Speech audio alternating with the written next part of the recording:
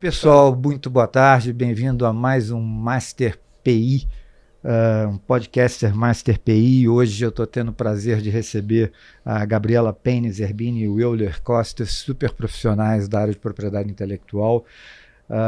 Gabriela Payne Zerbini é sócia fundadora da Payne Zerbini e vai falar sobre a importância da PI, propriedade intelectual, para o empreendedor. Em seguida, o Euler Costa vai falar que é fundador da Agility, consultoria, propriedade intelectual, vai falar e conversar, vamos conversar, na verdade, bastante, um bate-papo bem produtivo sobre vendas na PI. No final, se a gente tiver um tempo, eu vou dar uma provocada também com o tema de novos desafios na PI, que eu acho que complementa bastante todos esses dois temas que a gente vai abordar aqui com vocês. Eu, no sentido anti-horário, não pode ser no horário, como a gente está aqui, eu vou passar a palavra para você, Gabriela, para você se apresentar mais, falar um pouco mais da sua empresa e entrar, por favor, no seu tema. Fica à vontade, é um super prazer te receber. Perfeito, obrigada, o prazer é meu estar aqui. Muito bom estar com duas referências aqui, né, da PI, falando um pouquinho hoje. Bom, eu trabalho, já sou advogada aí há um pouco mais de 10 anos, né, acho que uns 12, 13 anos, e há 10 já no mundo da PI. Mas, em especial, né, o escritório atua na parte de expansão empresarial. Então, a API veio inicialmente como um complemento por conta de falhas que o empreendedor tinha, né, e não entendia em relação a essa necessidade. Então, a gente trabalha com essa parte de expansão, crescimento da parte do comércio, franquia. E aí, quando a empresa chegava nisso, não tinha ali as marcas registradas de forma correta, não tinha patente de produto, não tinha toda a proteção que envolve a EPI. Então, foi nisso que a gente iniciou o desenvolvimento do trabalho do escritório nessa proteção 360. Uhum. E é justamente, né, um dos pontos aqui do tema, porque o empreendedor, ele começa nessa vida corrida de criar o seu próprio negócio, desenvolver, seja um comércio que ele inicia, às vezes, um trabalho em casa, muitas vezes nem acredita no que a proporção que vai atingir, e quando ele se dá conta do tamanho que ele chegou, é que ele para e pensa o que mais que ele precisa. Ou, né, na grande maioria das vezes, quando chega o concorrente com a famosa notificação por uso indevido de marca, ou concorrente que pegou ali um produto que ele desenvolveu e começa a vender e realmente faz a patente. E aí onde, normalmente, a maioria desses empresários caem, sim, em relação à importância da propriedade intelectual, né? E aí, trazendo para isso, um dos principais pontos que a gente sempre alerta é, se você quer crescer, se você está iniciando um negócio, acredita no seu negócio, você tem que começar pela base, que é a proteção daquilo que você desenvolveu. As pessoas desconhecem, né, Gabriela? Desconhecem. O pessoal acha muito, provavelmente vocês já tiveram esse tipo de situação. Ah, mas eu abri um CNPJ, tô protegido. Pois é. Eu tenho Instagram. Né? Ah, eu fiz um site. O site, eu acho que é o de praxe. Eu já tenho o domínio. Pronto, a marca é minha. E não é. Né? Então, eu acho que a gente tem até uma função social no desenvolvimento desse tema para os empreendedores, no sentido de que a API, a propriedade intelectual, ela é a base do negócio dele, e não o último ponto. Não é, quando eu tiver dinheiro, quando der certo. Se você começou, você já está acreditando. Sim. Né? Então, esse acho que é até um dos principais desafios também que a gente encontra para conseguir proteger essa pessoa, proteger esse empreendedor. Então, a base do nome, né, o registro da marca, a logo que ele cria e o produto. E aí, uma situação, né? O brasileiro, ele é muito criativo. Demais até, né? Ele desenvolve coisas assim que você fala, gente, como eu não pensei nisso antes, né? Só que ele não se protege. Aí vem o de fora, ou, né, um problema grande que a gente encontra hoje, né? Nada se cria, tudo se copia. Eu ia te falar exatamente isso, é uma mania do brasileiro, né? Você acha que isso é bem peculiar do brasileiro? Olha, eu acho que não só do brasileiro, tá? Eu já atendi pessoas de outros países que querem trazer para o Brasil produtos que estão patenteados lá fora. Tá, e como eu faço isso aqui, então? Entra no... Tudo se copia, né? Então, a pessoa muitas vezes quer entrar em outros países com uma ideia que o empreendedor já desenvolveu, mas o cara quer tentar, de alguma forma, conseguir um nicho ali dentro, né? Então, a gente tem isso no mundo. E aí, como é que você faz? Se você não se protege, pelo menos na sua casa, como que você vai brigar lá fora? Não vai. Né? Então, acho que esse é um dos pontos que a gente mais encontra. Em especial, o franqueador. A pessoa está ali desenvolvendo. Tive recentemente um problema muito triste que eu acompanhei de uma pessoa que, quando me procurou, já não tinha o que fazer, né? Que muitas vezes é assim. Desenvolveu a marca, abriu um monte de loja, cresceu, e eu falei, então, essa marca não é sua. Ela já tá não, aí o cara fica bravo. O cara fica bravo quando recebe, né? E não tem o que fazer. Até a hora que chega um processo. E chegou a bater com o gol aberto. Já está registrada no INPI, a pessoa... E já vendeu para... Só que já fez um monte de contrato torto de franquia, já saiu vendendo a marca, licenciando para todo mundo, só que não tinha marca, não podia fazer nada, então você já tem um monte de indenização com toda essa galera que está desenvolvendo a sua marca nas lojas, achando que tem proteção, só que aí você vê uma sucessão de falhas, de falta de suporte jurídico, né? Falta de suporte, de conhecimento também da PI. E aí você entra na seara do contencioso do judicial, dos litígios. Provavelmente aí desenvolve essa parte do litígio. O escritório tem essa expertise também, né? Tem o setor, não é comigo, é com outro advogado da equipe, mas que aí passa a bola, né? E vai pro litígio. Posso? Claro, por favor. Contribuir uma coisa? Você falou uma fala que, assim, né? O brasileiro não faz isso. Parece que o problema é de nacionalidade. O brasileiro não tem cultura de se proteger. Você vai para o meio da galera de investimento, o brasileiro não preocupa com isso. Você vai para a galera de consórcio brasileiro, parece que ser brasileiro é um problema. Só que quando a gente vai na estrutura educacional do brasileiro, ela não fala de PI, ela não fala de empreendedorismo, ela não fala de gestão financeira. Verdade. Então, são pessoas que estão mal educadas. É um problema lá na academia.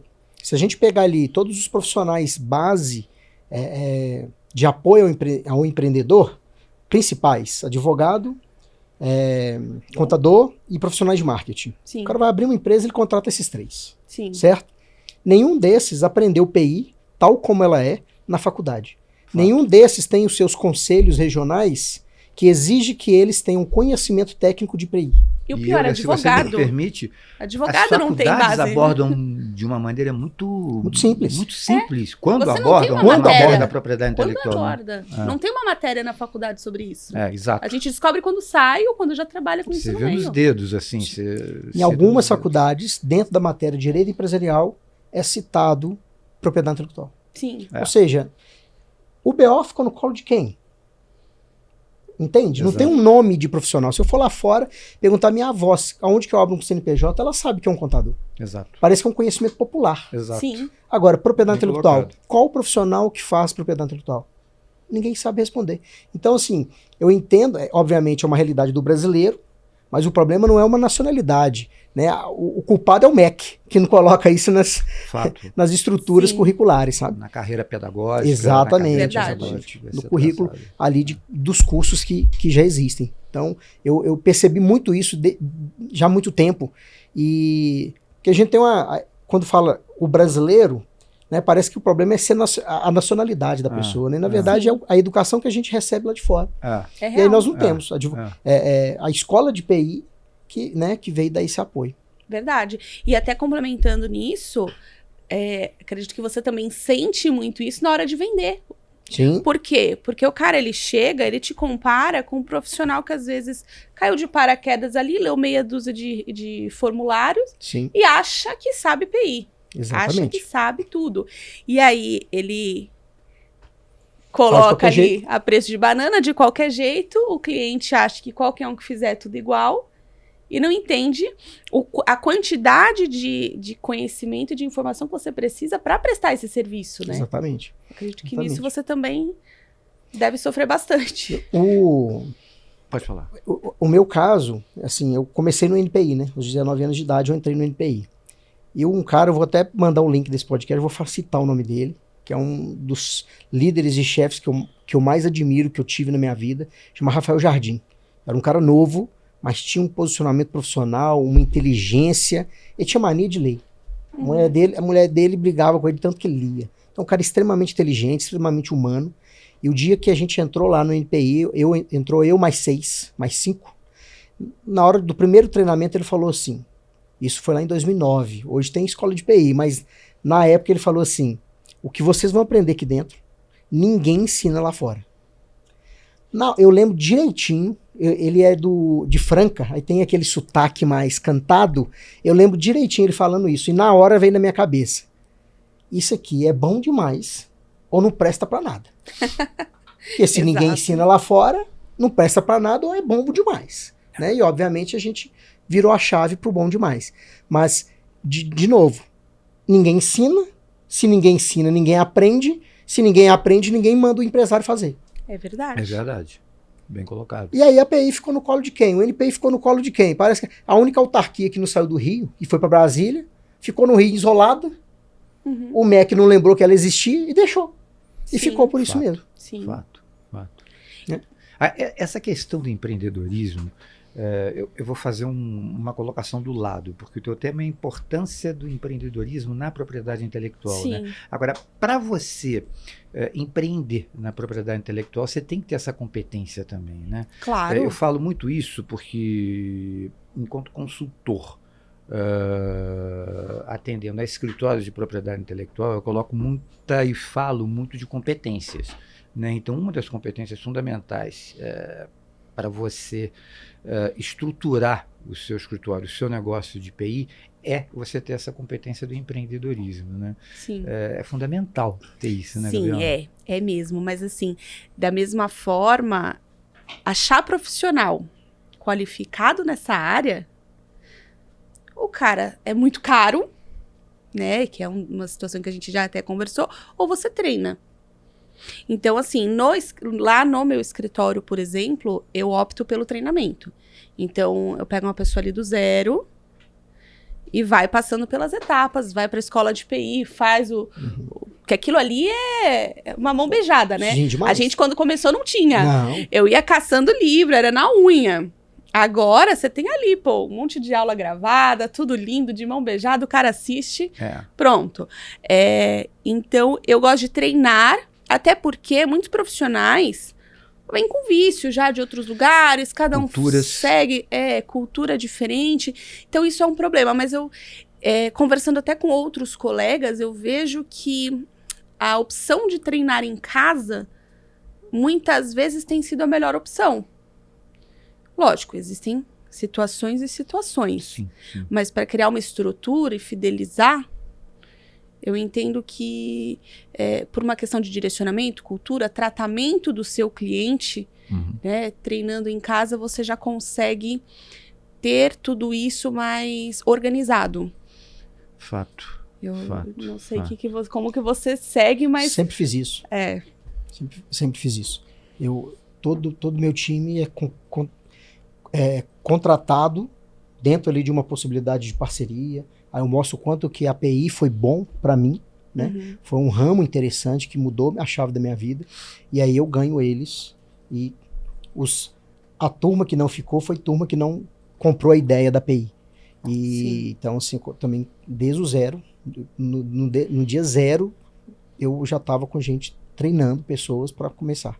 Porque quem está nas outras empresas, você tem que pagar muito caro para sair. Sim, né? sim. Tem alguns que estão ali, como já tem 17 anos no segmento, verifiquei alguns que já passaram, uma pessoa passou em 8 escritórios e nem fica. Nossa, não fica. Ou seja, o que está acontecendo com essa pessoa? Ela sabe protocolar, ela sabe PI, mas ela talvez não tenha muito comportamento. né? Porque ela não ficou nos outros. Então, por que ela ficaria no meu? O que eu entrego de diferente, né? De cultura, de controle, de apoio, de motivação, de engajamento, para ela ficar. Então, até hoje, todo mundo que entrou começou do zero. Perfeito. Esse é um dos desafios, dos grandes e dos tantos desafios que eu encontro na área de PI, enquanto consultor para os escritórios de propriedade intelectual, que são as pessoas, justamente, né? Você tem, como você estava citando, você tem culturas diferentes, você tem um grupo. Número um, o profissional precisa de gostar daquela matéria. Você tem diversos advogados com diversas formações no direito, tributário, penal e por aí vai. Eu costumo dizer que na PI ou você adora ou você odeia a propriedade intelectual. E quem gosta, você já vai ter uma segunda dificuldade. Já é um plus, já é um ganho, mas você vai ter uma segunda dificuldade, que é de identificar os profissionais que se adequem à cultura dos seus respectivos escritórios, né? Eu gosto de fazer o consultivo de marcas, eu gosto de fazer o contencioso de propriedade intelectual, eu gosto de fazer contratos, eu gosto de fazer diligências, eu gosto de fazer patentes. E você saber absorver aquela pessoa para você fazer um aproveitamento daquele profissional da melhor maneira possível. Eu acho que esse é um dos grandes desafios, de você casar de você ter essa energia, ter esse match, né? Ou seja, do que o escritório oferece e quais são as competências que aqueles profissionais vão poder agregar ao escritório de vocês. Eu acho que é um dos maiores desafios, entrando até aqui no tema, isso é que é bom da gente fazer esse round trip aqui bem dinâmico mesmo, de desafios dentro da carreira. Você sabe que, até falando disso, eu mesma tenho uma trajetória profissional dentro do direito e tenho o plus da PI.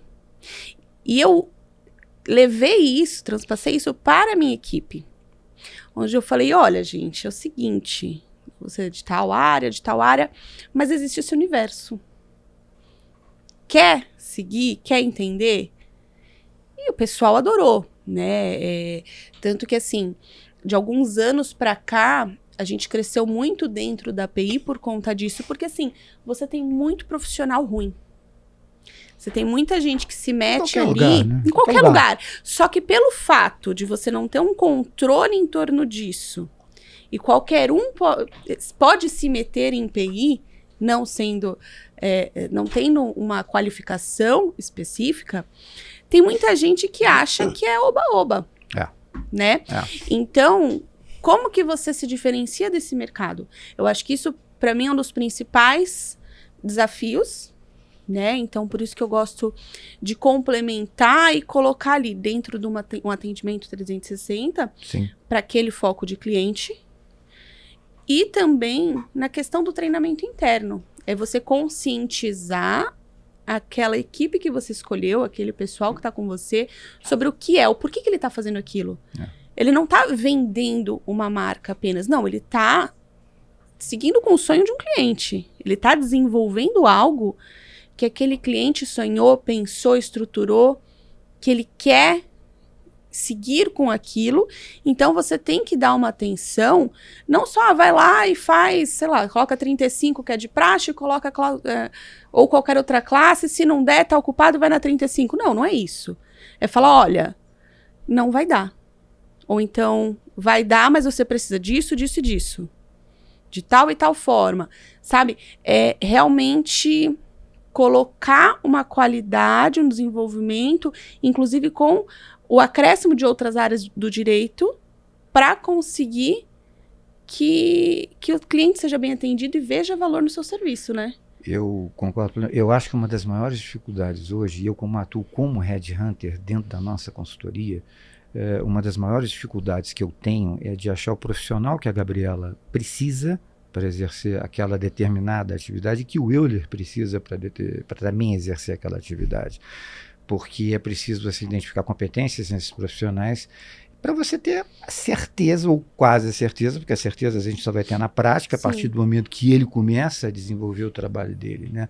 É uma das maiores dificuldades que eu tenho, é de achar esse profissional com aquelas competências, sejam elas técnicas ou comportamentais, para poder indicar para você, para poder indicar para o Euler, para que eles possam exercer aquilo.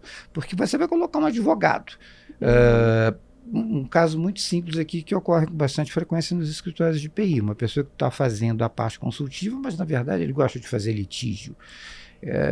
Ou vice-versa. Ele está no lugar errado, você está subaproveitando e, consequentemente, ele não está entregando aquilo que ele poderia entregar. Sim. Isso prejudica demais, bastante. Né? Essa questão de contratação, eu tenho até tem um pouquinho de polêmica isso, mas eu acho que vale a pena a gente falar e as pessoas, pelo menos, refletir sobre isso. O empresário, ele quer o lucro, ele preocupa com o ROI, ele preocupa com a margem, ele quer produtividade, mas ele muitas vezes não quer pagar bem também.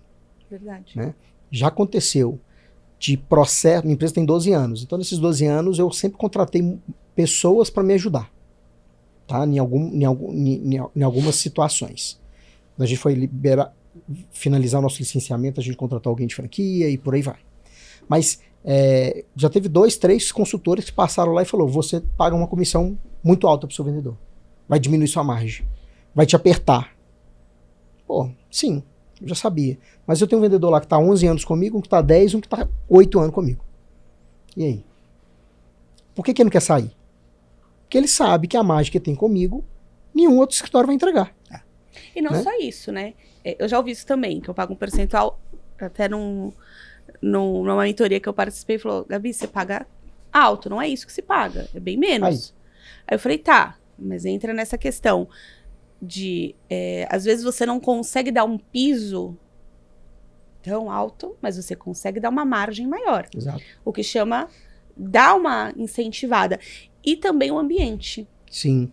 Então, até nessa questão de escolha do profissional, eu sempre escolhi com base em perfil pessoal, porque o cara passa mais tempo com você que com a sua família. Sem dúvida. Sim. Então, imagina, a gente tá aqui junto 24 horas, né? Passa Muitas 8, horas, 10, 24 12 também, não, 10, 12 horas por dia. Todos os dias. Tô com você, mais do que com a minha filha. A gente tem que se dar bem. Exato. Você tem que ter um perfil parecido com o meu. A gente tem que ter uma linha de raciocínio parecida. Senão, você pode ser o melhor profissional. Não vai dar certo.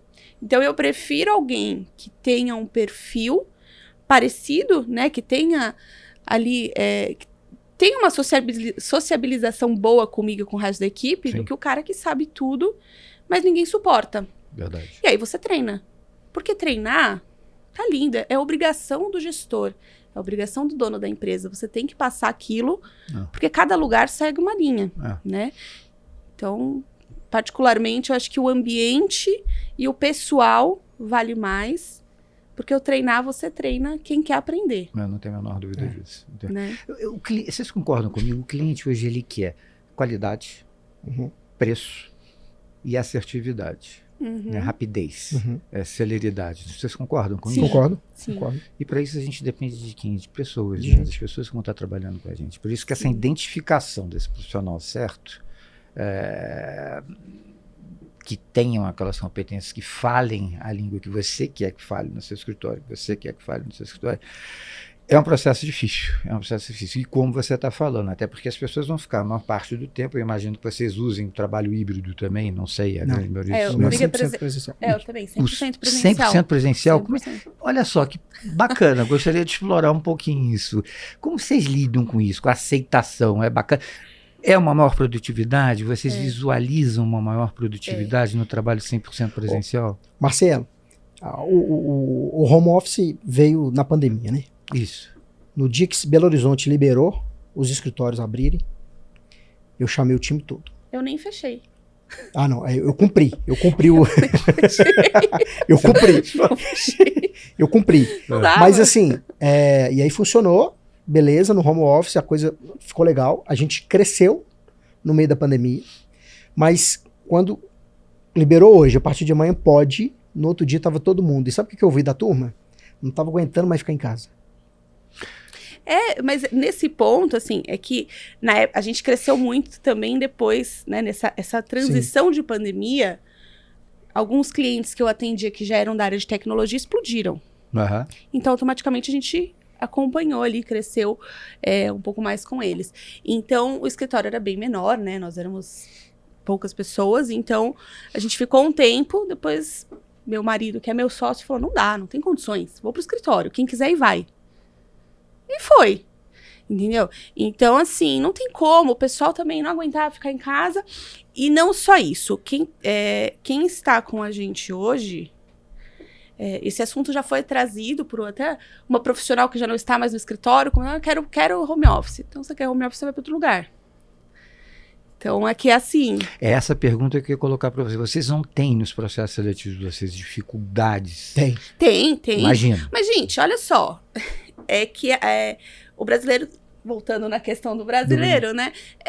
Também tá forçando amizade, né? Então, a gente vê isso em todas as áreas. Eu tenho um cliente lá que é restaurante. Uhum. E chegaram ao acúmulo de trazer pra gente a situação de que falou, pô, doutora, a gente quer contratar recepcionista, a mulher quer perguntando se é home office?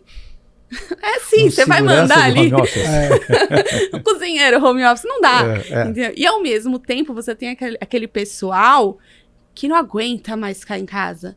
Porque, gente, pessoas precisam de pessoas. A gente lida... a propriedade intelectual ou qualquer outra área do direito, você precisa conversar sobre aquilo, tratar de assuntos, não é um copia e cola. Tem muita coisa que a gente precisa debater. A situação cabe, não cabe, vou fazer isso, vou fazer aquilo. E o home office, ele afasta, né? Sem contar toda a questão psicológica, pô, você tá ali, social, você tá o dia inteiro enfiado em casa. Né? Você está no meio de pessoas, você cresce. É fato. Né? A gente, como empresário, a gente faz muito isso. Busca muito network para evoluir ali o nosso nível profissional, o nosso nível de conhecimento e por aí vai. Por que com o funcionário tem que ser diferente? Uhum. Por que com o funcionário ele quer o conforto de estar em casa? E ele falou, olha, ficar em casa vai te deixar do jeito que você está hoje em 10, 15, 20 anos. Você nunca vai crescer. Sim. Você vai viver os mesmos problemas, você vai viver as mesmas facilidades, você não vai ter desafio no dia a dia. Então isso para mim era muito claro para mim. E aí eu conversei com a turma e não, a gente não estava aguentando ficar em casa. Mas você sabe o que eu observo, principalmente nos grandes escritórios de grande porte, com o advento da pós-pandemia, vamos dizer assim, que a gente... foi o novo normal que se chamou, né? Sim. Eu vi muitos escritórios enxugando os seus espaços físicos. Sim.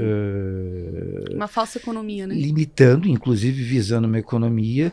Haja vista que eles estavam entendendo que muitos funcionários importantes, colaboradores importantes, advogados importantes, estavam dando prioridade para ficar em casa, fazer o trabalho e exercer as suas atividades em home office. E daí veio o híbrido, com aquelas coisas que vocês conhecem.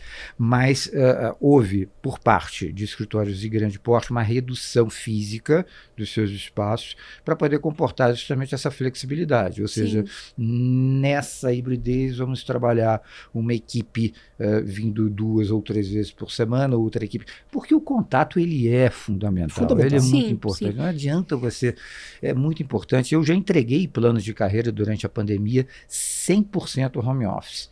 Já falei isso algumas vezes aqui na escola de PI, mas é muito difícil. É possível, agora é muito mais humano essa aproximação, esse contato físico. Agora né? eu vou te trazer uma situação, né? Pouco, acho que foi 1, 2 meses atrás, não sei, o Banco Itaú divulgou que estaria encerrando todo o home office. Por quê? Porque inicialmente falou-se muito do aumento de produtividade de modo geral e depois a queda. E aí subiu muito essa discussão em relação aos problemas psicológicos, questões... A pessoa fica enfiada em casa o dia inteiro, 24 horas por dia. A questão do trabalho, eu mesma, quando eu faço, né, em algumas situações chego a fazer home office, você não para, você começa ali no seu café da manhã, você já está trabalhando, da meia-noite, você está ali ainda. Não. E a mesma coisa o funcionário, muitas vezes, né?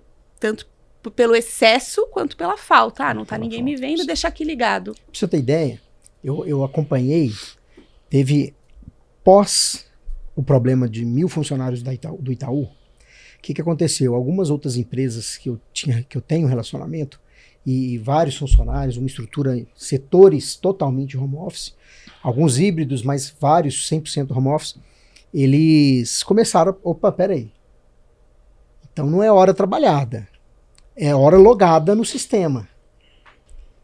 E aí, beleza, é justo, ó, você vai ganhar pelo que você trabalhar, tá bom. O que o pessoal fez?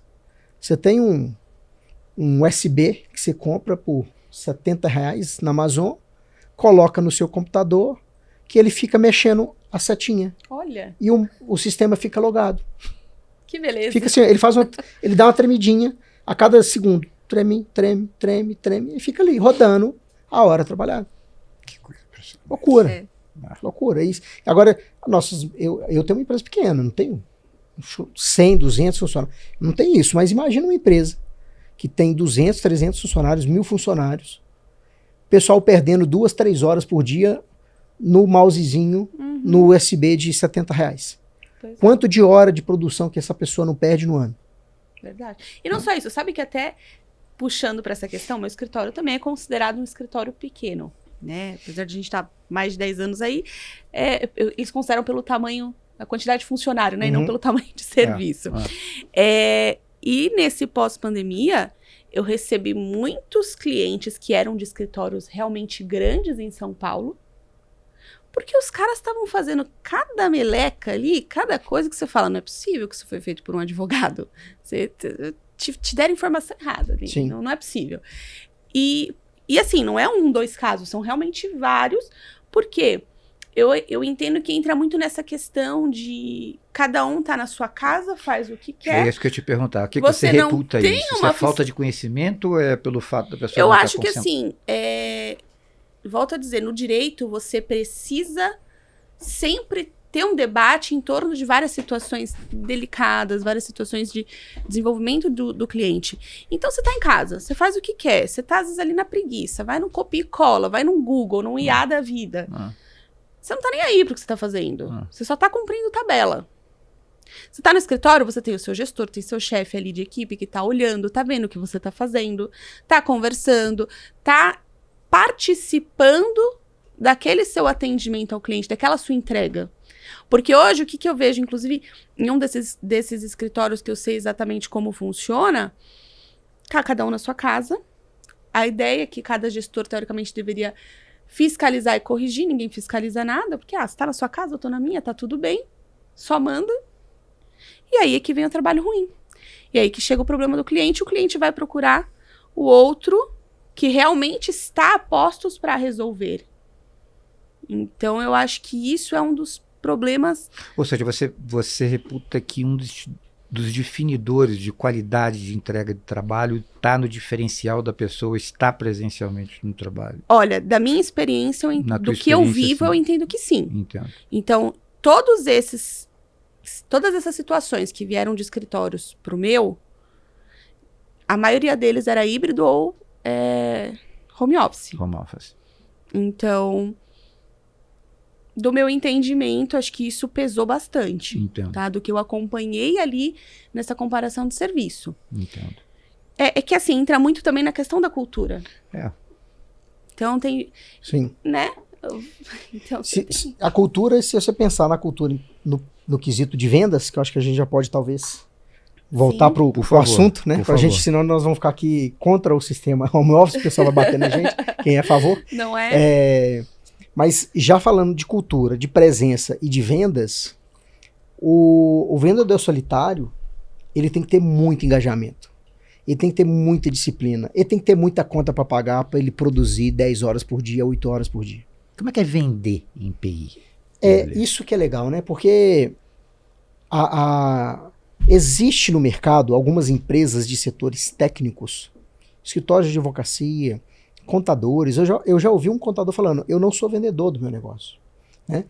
E PI também, eu já vi, olha, a gente é consultivo, a gente é consultor e tudo mais, não tem vendedor. É um serviço. É um serviço, então eu estou vendendo, eu estou dando uma consultoria. Mas se ele está dando consultoria, se aquela pessoa que está ali na ponta, conversando com o cliente, ela está dando consultoria, então é ela que vai vender, é ela que vai produzir, é ela que vai protocolar, é ela que vai acompanhar, é ela que vai entregar. Se não for isso, ele é um vendedor. Se ele é um vendedor, por que não criar uma cultura de vendas? Criar uma cultura de vendas dentro do setor de marcas e patentes. Uma área comercial. Uma área comercial, literalmente. Com metas, com indicadores, com posicionamento de vendas. Oficialmente, aqui nós temos um setor de vendas. Aquela pessoa é um vendedor de PI. E hoje você tem uma equipe de vendas? Como Foi a primeira coisa que eu fiz da minha vida. Meus dois primeiros funcionários foram vendedores. Eles não têm um login do NPI, eles não sabem emitir uma guia, eles não têm uma senha do Apol. Eles são vendedores. Isso me chama bastante atenção. Eu atendi recentemente um cliente. Olha que eu já estou nesse mercado de consultoria atendendo a vocês há algum tempo, e foi a primeira vez que eu entrei num escritório de propriedade intelectual com uma equipe muito grande na área comercial, e necessariamente um escritório não de médio porte, umas 20 pessoas, colaboradores, sócios, enfim, mas com um departamento comercial proporcionalmente maior do que ou do mesmo tamanho das equipes de marcas, das equipes de patentes, das equipes de contratos, por assim dizer.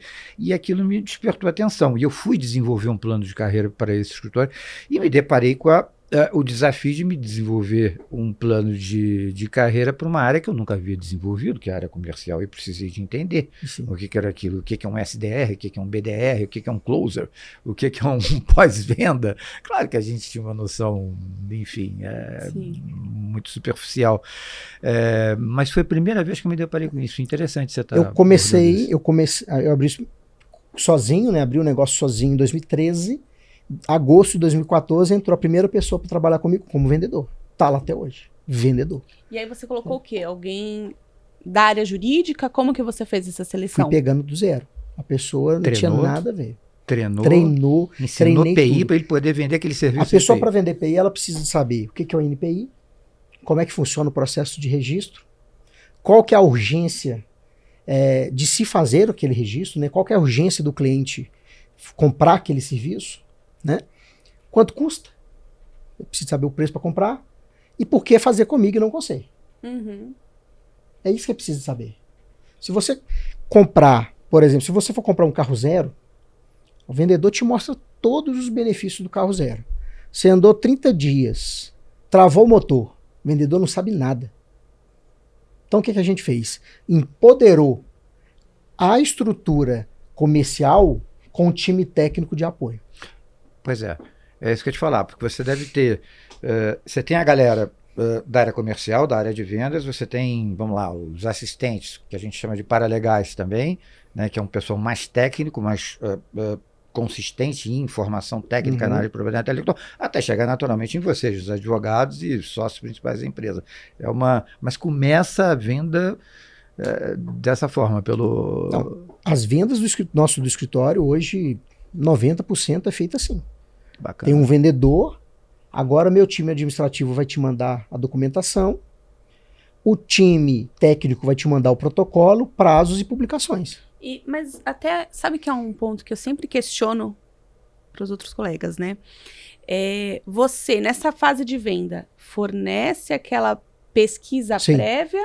Mas não é o vendedor que faz. Ele não é vendedor, é o setor técnico que faz a pesquisa. Então ele direciona para o setor, faz a pesquisa. Ele faz a pesquisa aqui da marca Coca-Cola. Pronto, tá liberado, pode vender. Pronto. Aí o vendedor recebe. Pra vocês terem uma ideia, meu escritório tem 12 anos, só no passado, em 2023, que eu deleguei uma parte das pesquisas. Era só eu que fazia todas as pesquisas. E era assim, em 2023 era delegado. O que não estava liberado, ok, estava fácil de mostrar, e o que estava liberado passava por mim ainda. Até eu delegar 100%. Hoje eu ainda faço, mas tem outro. Aí foi meu segundo vendedor que entrou lá. Ele estava em segundo período de faculdade de Direito, formou, fez pós, tirou OAB e está lá 10 anos comigo. E aí ele faz pesquisa hoje para toda a estrutura comercial nossa. Hoje a nossa estrutura, nós temos 2 modelos, né, de venda, que é o setor comercial interno, que são vendedores internos, estão ali todo dia e tudo mais, e os nossos licenciados, que é uma microfranquia comercial. Da microfranquia nós temos, acho que são... Ontem eu dei treinamento para um, depois fecharam com outra e mandaram ficar aqui até segunda para treinar outra. Então deve que estar aí 48, 49 licenciados, todos são pessoas fora do escritório que vende registro de marca. Como que funciona isso? A operação é uma operação técnica, todo mundo, do mesmo estilo. Esse licenciado comercial, ele se empodera do setor técnico. E quem são os licenciados? Contadores, advogados e profissionais de marketing. Eles vendem por você e você que efetua todo o trabalho. Exatamente. Que legal. Exatamente. Então eles se comportam para o cliente deles como licenciados da Agility. Sim. E aí eu tive que fazer dentro do meu treinamento para eles 2, 3 slides lá, por que ele é um licenciado da Agility, que eu morria de medo do cliente dele questionar ele. Pô, você está querendo abraçar o mundo? Então nós temos lá 3 slides que mostram por que ele é um licenciado, aí ele entende o valor, ele vê que isso vale a pena, e ainda ele paga para mim ser licenciado. Ele compra uma micro franquia. Ele compra um setor novo na contabilidade. Legal, muito né? legal. Se você ligar para o seu contador e falar, me manda a guia do Simples, não é ele que vai mandar. É alguém do setor fiscal. Sim. Você pede, mas a folha de pagamento teve uma dúvida aqui. Vou passar para o setor de pessoas, lá acho que é pessoal que eles chamam, né? No setor da contabilidade, para te responder. Ou seja, aquela pessoa que está na ponta, ela está vendendo. Sim. Ela não sabe como é que está o processo, ela não sabe protocolar, ela não sabe emitir guia, mas ela sabe vender. Porque tem que ter uma cultura de venda. Se não tiver uma cultura de venda, os escritórios não conseguem escalar o negócio. Para te entregar ao cliente certo, para você poder trabalhar tecnicamente ele. Exatamente. E o INPI deve ter, a tua experiência dentro do INPI deve ter te ajudado. Sabe que essa minha estratégia nasceu por quê? O que eu sabia? Eu olhei para mim, falei, peraí, o que eu mais sei da vida e que eu vou conseguir realmente entregar um negócio foda? Vou fazer uma entrega. Eu sei fazer PI. Eu estava lá dentro. Sim. Alguns dos servidores do NPI que montaram as diretrizes de análise de marca foram um dos caras que me treinou. Ou seja, eu sei fazer muito bem PI. Então, só que eu não consigo vender na mesma proporção que eu consigo produzir. Então vamos fazer o seguinte, vou montar uma cultura de vendas e vou gerenciar a cultura técnica e operacional do escritório. Então eu visualizo o escritório de 2 modelos. Tem o comercial, aí tá aqui o Euler vendedor. Normalmente eu sou um dos que mais vende no escritório, mas aí pela autoridade, pelo tempo de mercado, acaba que fica mais fácil, né? Tem um ticket médio maior também, mas tô aqui vendedor. Com o time operacional, tô o Euler que mais sabe fazer PI, porque ele aprendeu aos 19 anos de idade. Sim. E é isso que eu ia colocar. Gabi e Euler, eu vejo na grande maioria dos nossos clientes da consultoria, os próprios donos dos negócios, ou seja, os próprios CEOs dos escritórios, fazendo esse trabalho comercial, fazendo esse trabalho de venda. Porque eles já estão levando know-how para os lugares onde eles estão indo. É porque assim, o dono do negócio, ele é o principal vendedor. Exato. Onde o pessoal fala, pô, para, porque onde a Gabriela vai, ela volta com alguma coisa. Não é? Mas assim, se eu não tô vendendo aquilo que é meu, aquilo que eu acredito, quem vai vender? Então exatamente. A gente chega nos lugares, você volta com o cliente. Então, o dono tem papel de vendedor. Né? Você vê o Adib, ali da CIMED, ele fala, eu não sou CEO, não sou presidente, eu sou vendedor. E o cara tá vendendo e fazendo. A meta era 3 bi, agora a meta é 5 bi, agora a meta é 6 bi, fazendo collab com Coca-Cola. Por quê? O dono se comportou como vendedor. E não só isso. No caso dele, eles têm uma estrutura e tem uma cultura de vendas. Reunião de vendas, meta de vendas e por aí vai.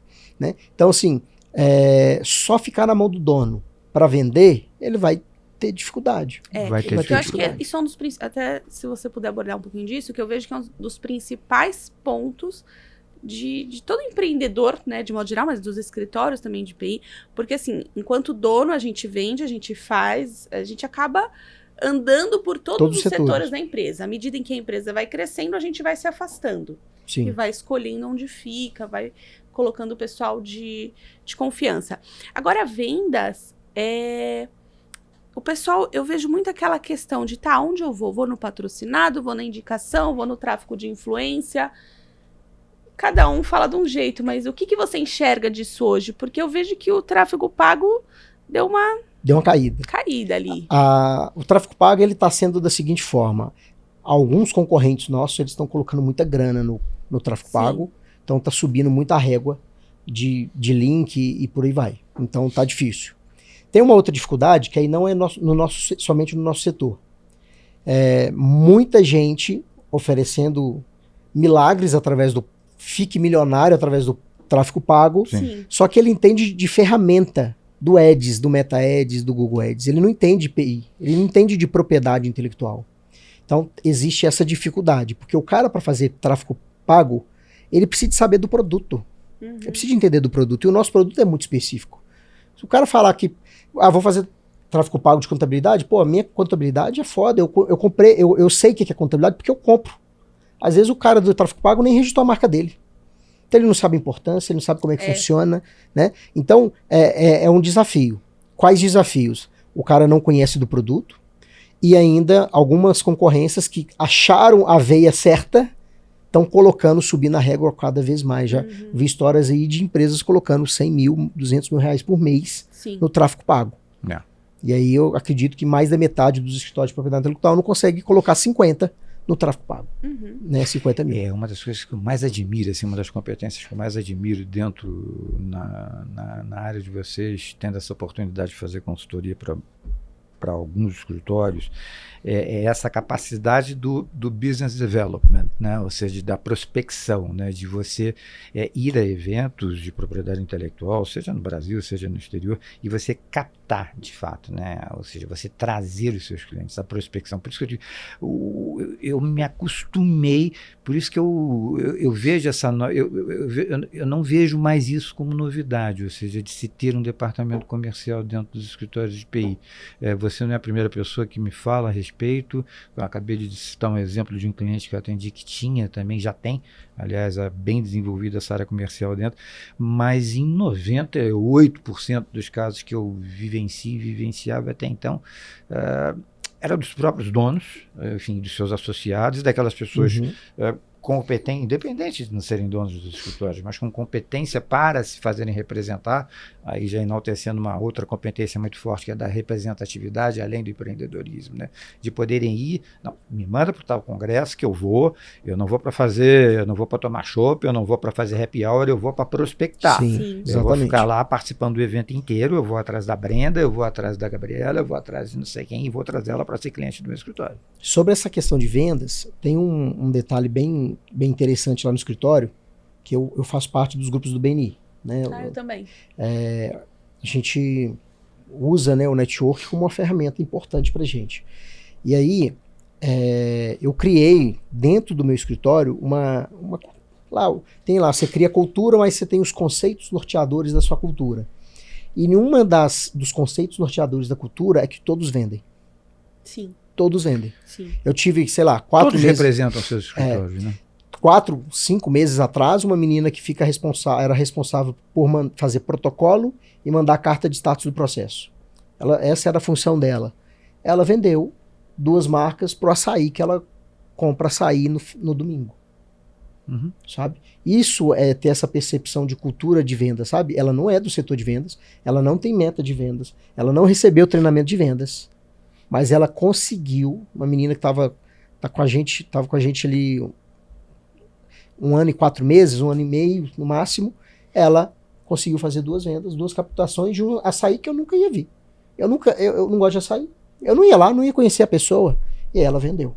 Então isso é realmente separar e fazer o setor de vendas, a percepção de vendas muito forte. E como eu estava falando, o que a pessoa precisa saber e o que ela precisa passar para o cliente, para o cliente comprar. Isso não é de vendas, é qualquer venda, é qualquer produto. Sim. Se você ensina o para quê, como é que funciona, qual que é a urgência, por que tem que fazer comigo e quanto custa, se o cliente entender esses 5 itens, ele compra. Sim. O problema é fazer o cliente entender isso, porque aí você que volta é um desafio. Na questão da cultura do cara, ele tá muitas vezes procurando preço, ele não quer entender o porquê, ele só acha que... E aí tudo ele bem. só olha ali no final, o preço. Aí tudo bem. O cara que só quer preço, ele não é cliente para nós. Ele não é cliente. E aí tudo bem, né? Assim, tem uma galera cobrando em R$1.000 o registro de marca. Quando eu fundei a minha empresa, meu preço já era R$1.180. Com que preço você trabalha hoje? Hoje, R$1.960. Eu tô cara. Tá mais caro. E eu sempre tive como eu tenho um leque, por exemplo, eu tenho licenciado lá em Caetité. Nossa, não, você tem que trabalhar melhor eu tenho que trabalhar o preço médio. E como é que vocês lidam com essa precificação face a essa a demanda de descontos, que é cada vez mais crescente por parte dos clientes? Eu sempre trabalhei com preço. E aí vai, entre algumas parcerias que eu tenho, o mínimo de 1.800 a 3.500. Caralho. Normalmente, lógico que a gente sempre prefere fechar o de 3,5, claro. mas você no volume fecha muito mais. Sim. Né? Na média, né, 2,5. Então, assim, de acordo com o volume do que o cliente pega. E de acordo com o tipo de parceria, né? Sim.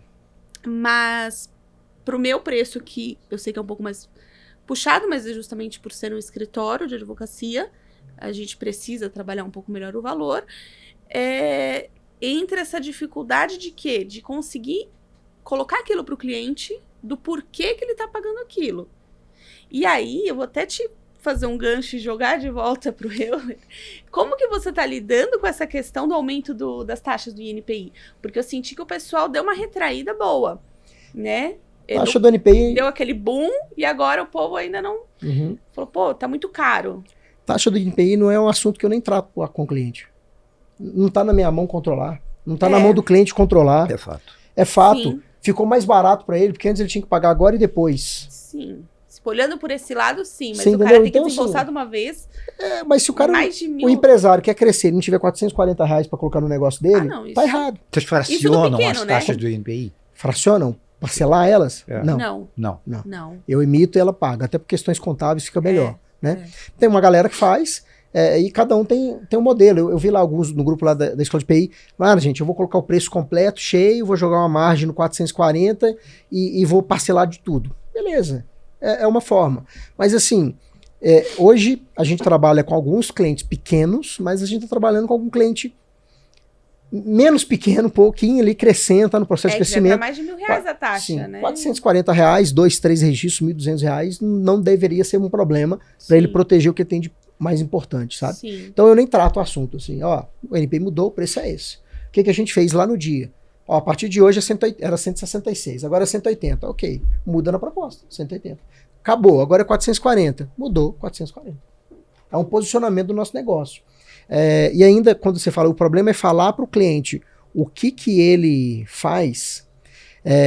Eu aprendi uma estratégia, lá deve ter 2016. Experiência te trouxe isso? Não, eu participei de um curso, o rapaz chama Alberto Martin, ele tem um livro chamado A Bíblia da Influência, e ele tem um curso chamado Linguagem de Influência. Ele usa PNL, um tanto de outras coisas para criar, usou vários conhecimentos para criar aquele método dele. E ele fala que todo mundo toma uma decisão de compra por algum objetivo. Sim.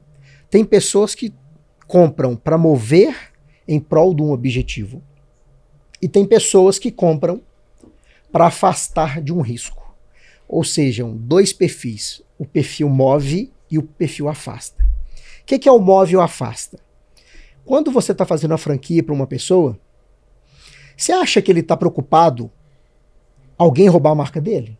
Ele está expandindo, ele está crescendo, ele está colocando o negócio dele na mão de outras pessoas. Sim, exatamente. Ele é um cara que move. Move em quê? A favor de expansão. Sim. O cara que chega e fala, eu preciso registrar essa marca hoje, porque eu vou mandar para a agência fazer logo, eu quero registrar antes da logo. Esse cara morre de medo, tem medo até do design dele roubar o nome dele. Sim. Esse cara afasta. Sim. Então, se o cara chega para mim e fala, tô fazendo franquia, tô expandindo, tô investindo em marketing, eu percebo que ele tem um perfil move, o que eu entrego para ele? É isso mesmo, o registro de marca serve para isso, para colocar na cofre de franquia, para te ajudar a expandir, aumenta seu valuation, aumenta seu patrimônio. Eu entrego o que ele quer ver, o perfil dele. Sim. Se o cara, essa marca, velho, tá liberada, vamos fazer rápido, porque essa marca é sensacional. Eu tive um cliente esses dias, a história dele foi legal demais. Foi assim, no início desse ano, a marca nem tá finalizada. Ele me mandou, faz uma marca aí pra mim agora, isso, domingo, 9h da noite. Nossa. Falei, que é isso? Eu tô dando uma palestra e eu tive um insight dessa marca. Pesquisei, tava liberado, opa, bora correr. Ele até fez um depoimento nas redes sociais. Pô, o Euler foda, fez um protocolo aqui pra mim, resolveu pra mim domingo, 9h da noite. Já saiu reportagem dele, que eles vão desenvolver e já estão movimentando média de 1 bi no ecossistema dele que ele registrou comigo. No insight que ele teve numa palestra. Esse cara afasta?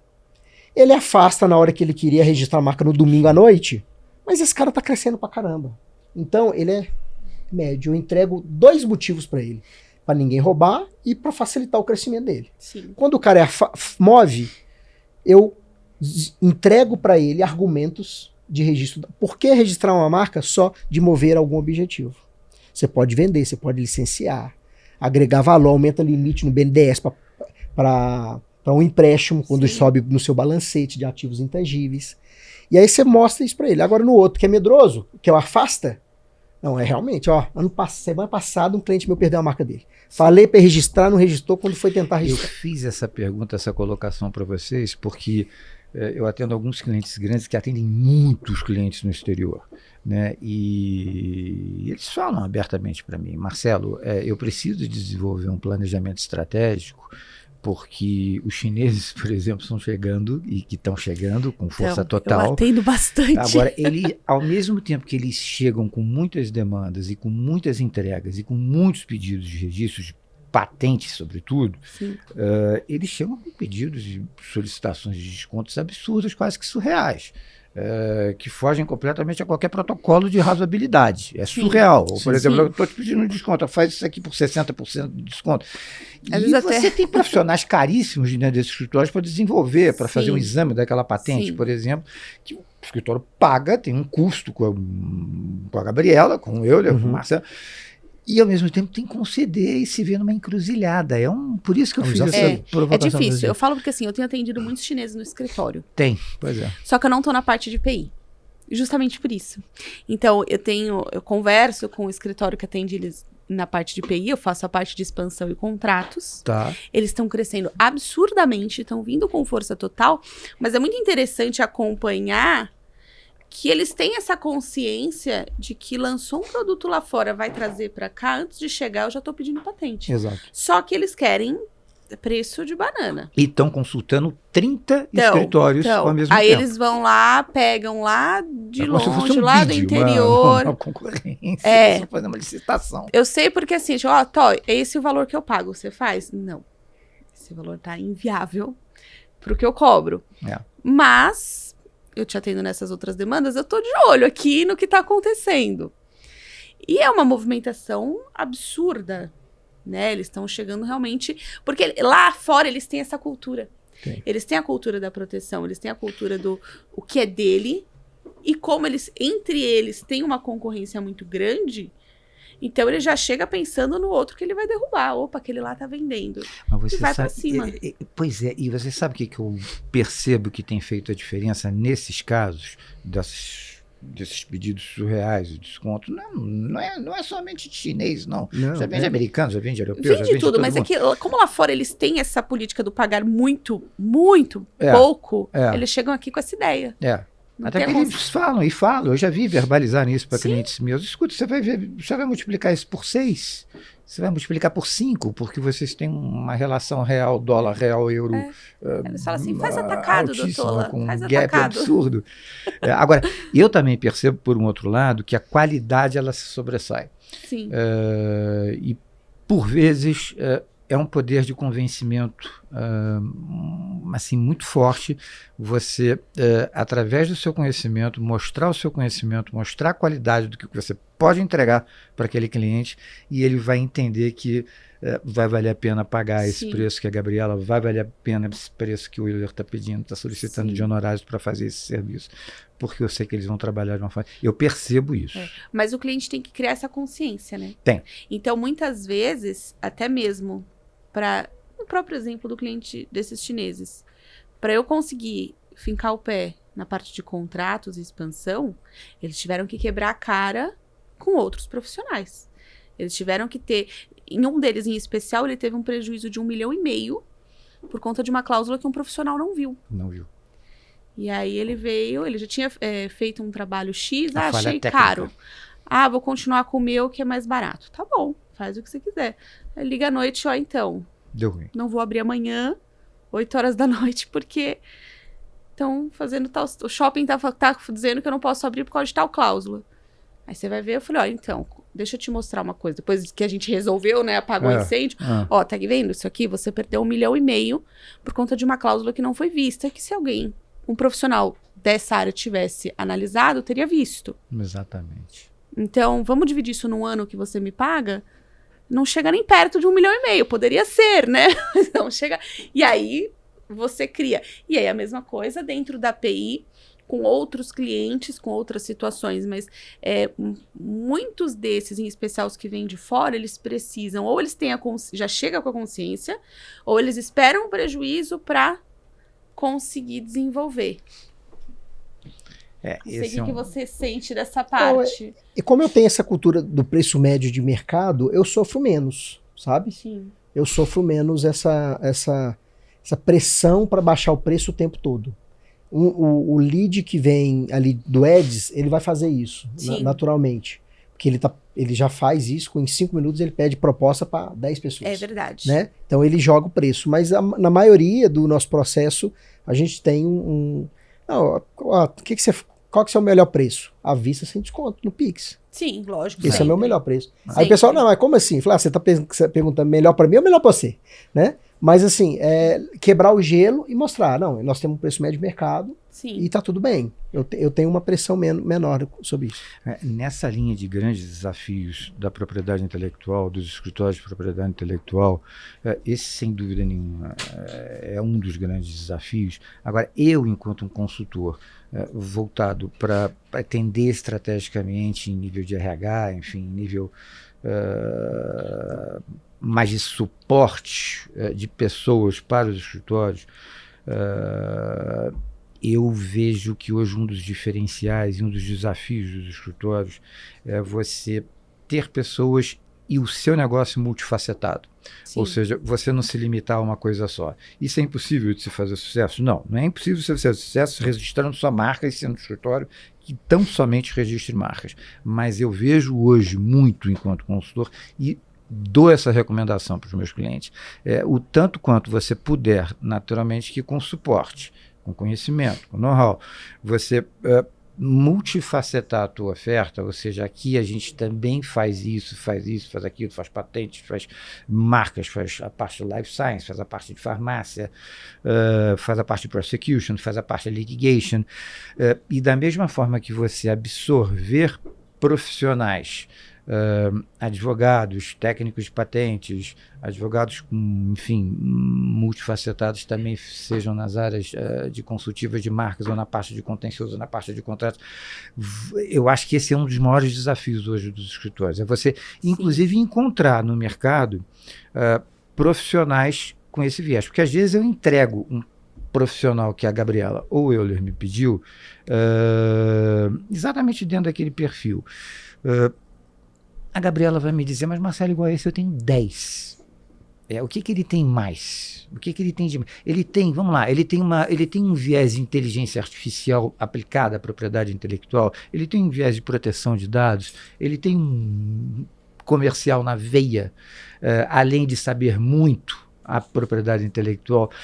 Porque eu percebo isso hoje enquanto consultor, é uma dificuldade que eu tenho, é um desafio, na verdade, que eu tenho, de encontrar esse tipo de perfis.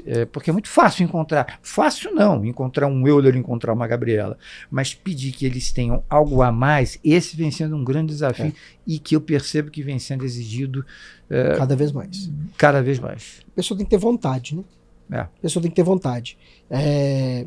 Vender a propriedade, a ideia da API para a pessoa é muito importante nessa fase. Mostrar o que é API, o que está acontecendo com a API, por exemplo. Ontem eu estava treinando uma advogada nova para o nosso escritório, aqui de São Paulo. E foi o primeiro treinamento dela. Os 40 primeiros minutos veio de, olha o gráfico aqui do NPI de quantas marcas estão sendo registradas por mês, por ano. Olha nesse gráfico aqui, que em média 2.000 novos registros por dia estão sendo feitos. Então nosso negócio está crescendo. Mas para quem ainda não tem o registro de marca, o cerco está fechando, né? Não é mais se alguém vai me copiar, é quando. Porque são 2.000 nomes registrados por dia útil, né? 2.000 processos. Então é muita coisa. O cerco achar o nome liberado está ficando mais difícil. Mostrei para ela, mas mesmo assim, nós temos em média 60% de todas as empresas do mercado não possuem marca registrada. Nós tivemos uma quantidade líquida de novas empresas ano passado de 1.200.000. Registro de marca 469.000, menos da metade. Então se você pega o que sobrou no ano passado com o que vai sobrar desse ano e ainda o acumulativo dos outros anos, tem muita gente no mercado precisando de registro. Então tem muito mercado. Se a gente compara a quantidade de procuradores cadastrados no NPI, se não me engano, são 12.400 e alguma coisa. que seja um advogado ou um escritório, tá? 12 mil e poucas cadastros no NPI como procuradores. E nós temos 102 mil escritórios de contabilidade cadastrados no CFC, somos 10% da quantidade de contador. Sim. E contador atende todos os nossos clientes. Exatamente. Então tem muita gente para registrar marca. Tem. Então você tem que ganhar, a pessoa tem que gostar do negócio, a pessoa tem que falar, pô, eu tô entrando num setor, numa área de atuação que é interessante para mim. Eu acho que ela tem que entender o porquê. Porque assim, dessa situação que você me trouxe, eu também, acho que todos nós, né, sentimos essa dificuldade na hora de contratar. E é uma coisa que a gente sempre discute. Pô, eu enquanto dona do negócio, eu entendo todas as áreas do que eu tenho no meu escritório. Posso não ser especialista em todas, mas eu sou obrigada a entender todas. Por quê? Porque eu tenho que conseguir fiscalizar o cara, eu tenho que conseguir olhar o que está sendo feito. Então eu tenho que entender, até para conversar com o meu cliente. Exato. E aí outro dia eu escutei um negócio que é assim, olha, se você quer alguém que vai ter o perfil de dono, esse cara é dono. Para que ele vai... Ele não vai se sujeitar a não ser... Né? Então, assim, muitas empresas, na hora de tentar essa seleção, elas querem alguém que tenha a cabeça de dono, que vai entender tudo e vai querer saber de tudo. Você não pode exigir isso. Só que ele é funcionário, ele não vai. Então, você tem que ter em mente que aquela pessoa, ela gosta daquilo que ela vai fazer, ela gosta do local em que ela vai estar e ela quer desenvolver. Pronto. Pô, você vai desenvolver, você tem paciência de ensinar? Tenho, legal.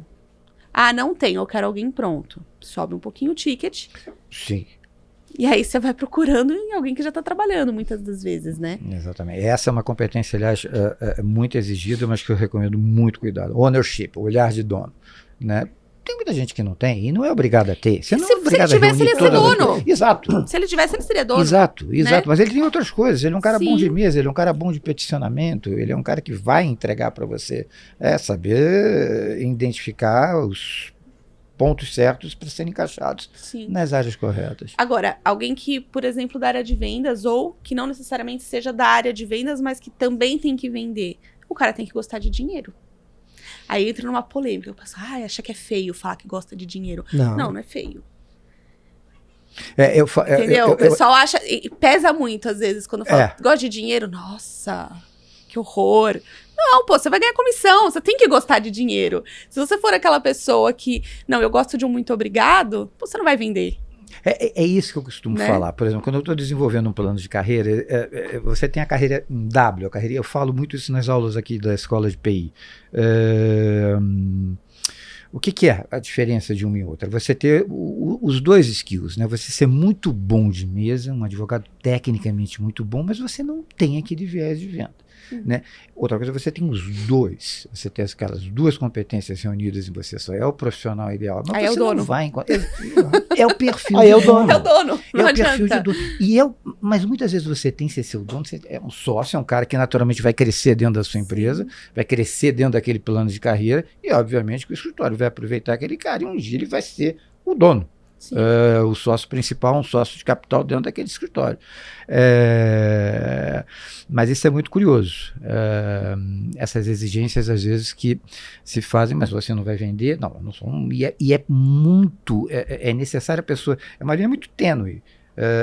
De você saber identificar que aquele profissional, apesar de não ter aquela capacidade desenvolvida de saber vender como vocês, donos de escritórios, gerentes gerais de escritórios sabem fazê-lo, mas ele tem uma capacidade de entrega técnica, de peticionamento de mesa fantástica. Eu costumo dizer isso, o cara é bom de mesa e o cara é bom de vendas. Agora que o cara que é bom dos dois, que é a carreira em W, como a gente fala, aí tanto melhor. Né? Sim. Eu acho que a cultura de vendas, se a empresa se posiciona com isso, ela consegue talvez treinar essa pessoa, né? Que todo mundo é treinável, é ensinável. Vendas dá para ensinar, né? Agora, obviamente, alta performance em vendas é o cara que gosta de grana, é o cara que sonha grande, é o cara que tem muita conta, é o cara que está responsável. Eu vi muito lá no escritório a evolução dos vendedores quando começou a evoluir as responsabilidades de vida. Pô, agora eu sou pai, agora eu tô casando, agora eu tô isso, agora eu tô... Opa, peraí, eu tenho que me doar mais, eu tenho que estar mais... Eu não posso aceitar, né? Pouco porque não vai pagar as contas, a conta não vai fechar. Então, assim, mas por que esperar precisar? Sim. Né? Então, peraí, alta performance dá para você realizar seus sonhos. Sim. Teve uma vez eu fiz uma reunião de vendas e tal, e chamando a atenção, e falei de realização e tudo mais. Teve um que chegou em mim e falou, velho, eu não tô pagando nem minhas contas. Falei, então nós estamos conversando, a linha nossa de comunicação tá muito errada. E aí eu tenho que resolver isso. Porque eu tô falando pra você que é realizações, você não tá pagando nem suas contas. Então, mas você tem que tomar cuidado também, às vezes, aquele perfil que ele quer jogar a frustração em cima do dono. Uhum. Ah, não tô pagando minhas contas, não tô ganhando. Às vezes o cara não tá ganhando mal, mas na cabeça dele, porque você tá ganhando. Ah, sim. Aí sabe? tudo bem. Aí entra tudo isso. No Acho meu que é caso, o que eu achei interessante? Ele chegou pra falar. Ele chegou pra conversar. Falei, então peraí, o que a gente tem que fazer pra você começar a pagar suas contas e depois realizar seus sonhos? Sim. Porque não chega aqui no sonho sem conta paga. Lógico. Água de luz, água, internet, gasolina, prestação de carro, aluguel. E o prestador que tá ali, sem pagar nem a conta, ele já tá trabalhando frustrado. Ele Exatamente. Já tá ali. E aí tem uma outra coisa que o Caio Carneiro fala muito bem isso. A gente não ensina a pessoa a querer. Sim. A gente não ensina a pessoa a querer. Eu ensino marcas, eu ensino patente, eu ensino vendas, eu ensino oratório, eu ensino um tanto de coisa. Gestão, estratégia, mas eu não ensino a pessoa a querer. Todo mundo tem seu teto. E aí a gente tem que saber se a gente frustra com aquele teto e não aceita, ou a gente aceita e beleza, até aqui até aqui tá bom. Você tá comprovando para mim que o seu teto é esse. Sim. Né? O vendedor tem muito isso. Concordo plenamente. Nessa área de desafios hoje, na área de propriedade intelectual e para os escritórios, eu não sei se vocês enxergam como eu enxergo, mas eu venho observando bastante isso nas consultorias que eu venho fazendo, de eventuais necessidades de parcerias hoje. Sim. Determinados escritórios chegaram a algum ponto e você vê hoje muitas fusões sendo feitas, se não são fusões, são parcerias sendo feitas, independente até do porte de escritório. Você vê escritórios hoje renomados dentro da área de propriedade intelectual que partiram e tiveram essa visão dessa necessidade de que mais cedo ou mais tarde, e por que não agora, a gente já fazer um planejamento nesse sentido, porque eu não vou conseguir me sustentar a médio e longo prazos, numa visão a longo e médio prazo, com todo esse suporte que eu criei ao longo de 50, 60, 70, 80 anos. Sim. Muitas vezes. Você vê hoje escritórios quase centenários buscando, se não fusões, uns cisões, infelizmente, e outros buscando fusões e parcerias. Vocês enxergam isso positivamente? Com certeza. Eu acho que assim, a parceria no nosso universo jurídico ela é fundamental. Porque assim, se você quer atender seu cliente com qualidade, você não vai ser bom em tudo. Exato. Você tem que ter um parceiro que faça, que nem no exemplo da patente, a parte de patente de farmácia, isso é super específico. Sim. Aí o cliente chega e me pergunta, olha, eu quero patentear esse produto X aqui, você faz? Eu vou falar, não, vai procurar alguém no mercado. Não, eu faço. Olha, Euler, vamos fazer uma parceria? Você faz isso aqui, você é fera nisso? A gente faz junto. Eu vou reter o cliente. Vocês concordam que isso está cada vez mais crescendo? Lógico, porque entra né? naquele atendimento do 360. O cara, ele quer crescer, ele quer vender, ele quer se proteger, e ele vai procurar o quê? 10 escritórios? Imaginando quando você não tem um escritório atualmente que abrace todas as áreas e que faça internamente o cross-selling dele. Quanto mais você deixa o cara solto, maior a sua concorrência, Sem dúvida. Então, acho que se você tem a confiança do cliente e você oferece todo aquele suporte, lindo, o cliente é seu para sempre. Estou participando de um a dois processos desses de fusão hoje, não está batido martelo, mas está em conversas, que é o quê? Empresa de 40 anos de mercado, o dono que tomava, ele que era o que vende, o que protocola bem, o que defende e tudo mais, cresceu o negócio, fez um trabalho bem feito ali, mas tá acamado. Tem um filho, o filho é médico, solteiro, e falou, não sei nada daquilo lá, nem sei o endereço. Eu vou... E aí? Pois é. A gente está terminando, a gente tem 5 minutinhos. Eu vou pedir a vocês que nesses últimos 5 minutos vocês tragam e deixem uma mensagem dentro desses temas que nós abordamos aqui, dentro de empreendedorismo, dentro de negócio de vendas, para quem está nos assistindo. Eu sou já me despedindo, antes que eu não tenha tempo, eu sou o Marcelo Canelas, eu sou o CEO da Canelas Consultoria, que atendo há 12 anos já os escritórios de propriedade intelectual. Foi um super, hiper prazer estar com vocês e finalmente conhecê-los pessoalmente, mas eu gostaria que vocês deixassem cada um, se possível, uma mensagem nesse sentido, pode ser?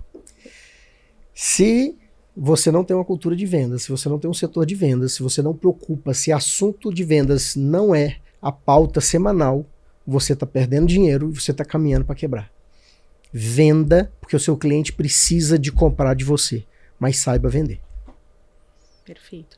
Bom, no mesmo sentido, se você quer crescer, quer expandir o seu negócio, quer desenvolver, realmente acredita na sua empresa, é essencial que você tenha uma base sólida com a proteção do seu nome, com a proteção do seu produto.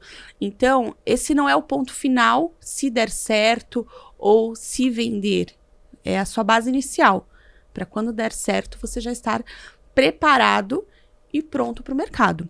Tá? Meu nome é Gabriela Zerbini, eu sou sócia fundadora do escritório Pennes Zerbini Advogados e PZ Registro de Marcas. E foi um prazer enorme estar aqui com vocês. Muito bom, obrigada aí pela tarde e pela conversa. Prazer e obrigado a vocês. Encerrando mais um Podcaster Master PI. Muito obrigado, um abraço e até a próxima, pessoal. Valeu.